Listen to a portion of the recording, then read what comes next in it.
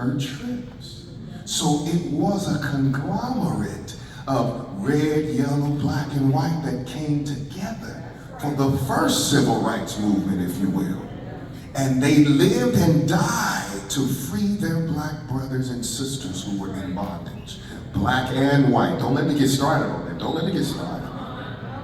And so my great-grandmother would teach me these heroes and sheroes of the Underground Railroad. Then she would start singing the songs. When I fall on my knees with my face to the rising sun, oh Lord, have mercy on me. Let us break bread together on our knees. Let us break bread together on our knees. When I fall on my knees with my face to the rising sun, oh Lord, have mercy on me. Then she come with another one. Gonna lay down my burdens down by the riverside, down by the riverside, down by the riverside. I'm gonna lay down my burdens down by the riverside to study was no more. Then she come with another one. Well, I'm on my way to the Canaan land.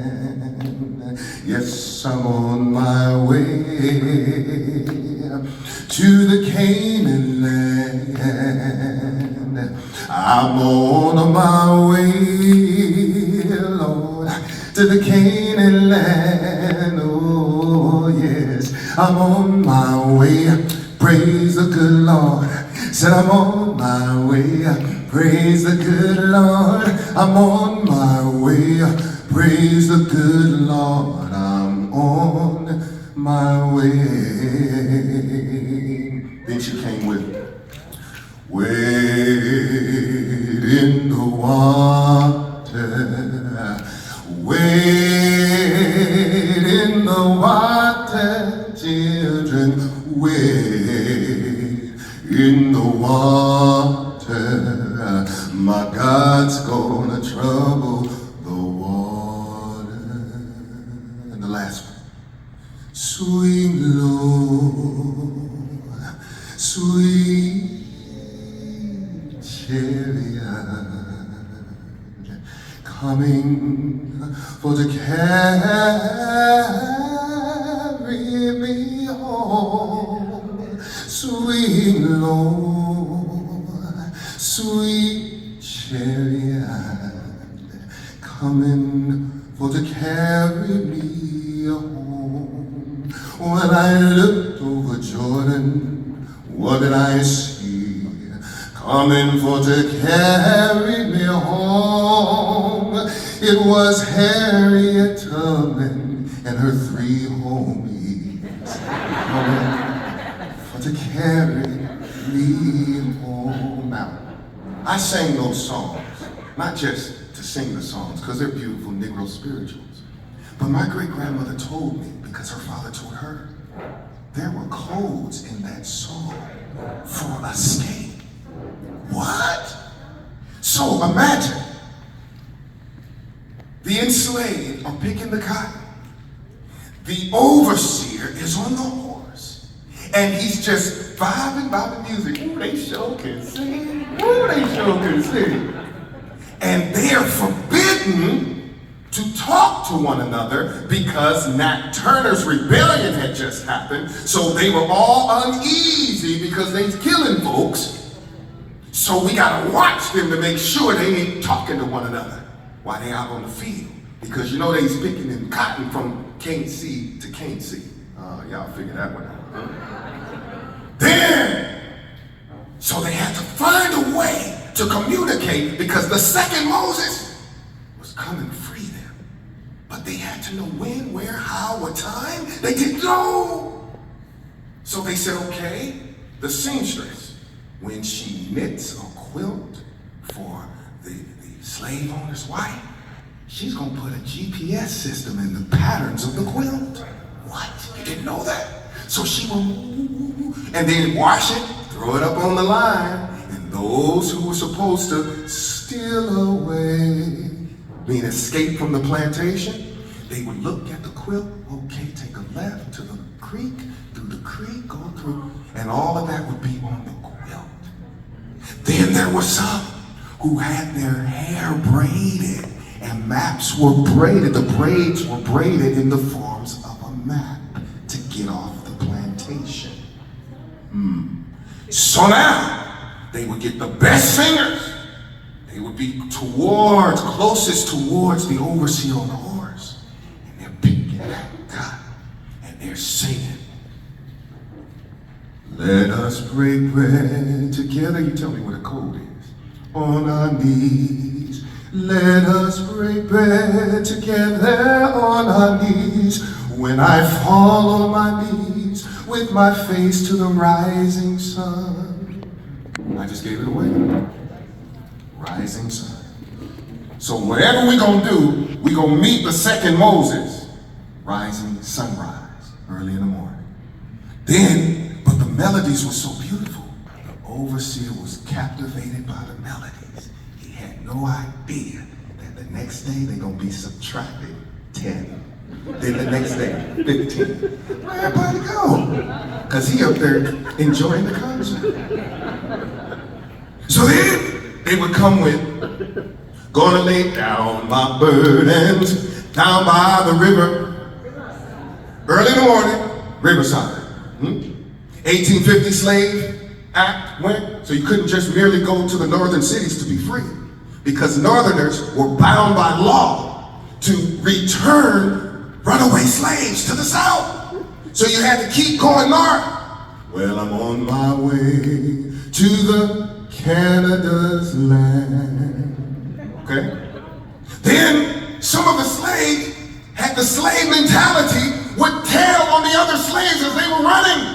And they would go, Master, they went that way. They'd get the bloodhounds. So those who were running didn't know what to do. So those who would sing would project their voices. Wade in the water. Get your butt in the water. So you can throw off the scent of the bloodhounds. What? And they were forbidden to read and write?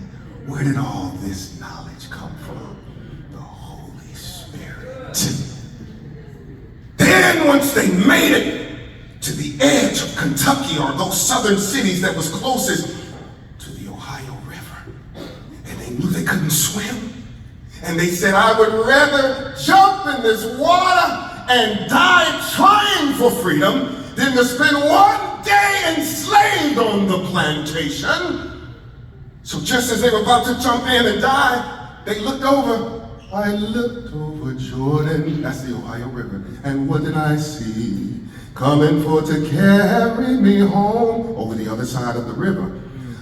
Harriet Tubman and her 3 homies, coming for to carry me home. Come on now. The third Moses. As I close, my great-grandmother said, David, if you love me, you'll learn Martin Luther King's speeches. I said, but Mom, I'm scared of his voice. Do you love me? Yes, ma'am. You learn these speeches, boy. You remind folk what God did for this man for the cause of love. So my grandfather took me over to his sister's house. She said, this was about 10 years after Dr. King's death, and I was about 10 years old. She said, David, she's in her 60s. Do you know, 10 years ago, I drove down from St. Louis to Atlanta on April 9th, 1968, and I attended Martin Luther King's funeral. And she said, and do you know who preached his eulogy? I said, who? She said, he did. And I said, yeah. I said, actually. So I had to get out of range of her smacking me, because you know in those days you had a green light in the 70s to smack somebody upside the head. I said, Aunt Ursula, you know when you are dead, you can't can't talk, let alone preach your own eulogy. She said, you tell me next week, after you go to your library, you go to your tree house, which that was my office, you study, and if you're right, I will make you a German chocolate cake, your favorite cake. But if you're wrong, you learn something. So that week, I went to Julia Davis Branch Library in St. Louis, and my library card was all mangled because I used it all the time reading and studying. And I found out she was right. He preached his own funeral. My great-grandmother said, this is your third Moses. And what happened was, 2 months before he died, on February the 4th, 1968, he preached the sermon, The Drum Major Instinct. At the end of the sermon, he started to talk about his own death. I interviewed folk who were there that day at Ebenezer Baptist Church, Atlanta, Georgia, and they said it was a beautiful sermon, but we said, child, why is he talking about his death? Because he knew, like Paul said, I fought a good fight. He knew his time was up. 2 months to the day, he said this eulogy right after the sermon, The Drum Major Instinct. 2 months and 5 days later, they played it at his funeral. Thus the term, he preached his own eulogy. And as I close, I want to share, this is more to me than I ever dreamed, because this is the essence of the man as a preacher, as a man of God, as one who loved his fellow brothers and sisters to death. Knowing when Kennedy got killed, he told his wife, I don't think I'll live to see my 40th birthday. He died at 39. This is how it went, and it is called the eulogy. Right after the Drum Major Instinct.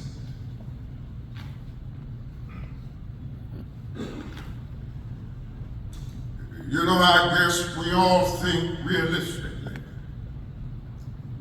about that day when we will be victimized at what is life's final common denominator. And that's something we call death. And every now and then I think about my own death, my own funeral. But I don't think of it in a morbid sense, but every now and then I ask myself, what is it that I would want said? I'll leave the word with you this morning.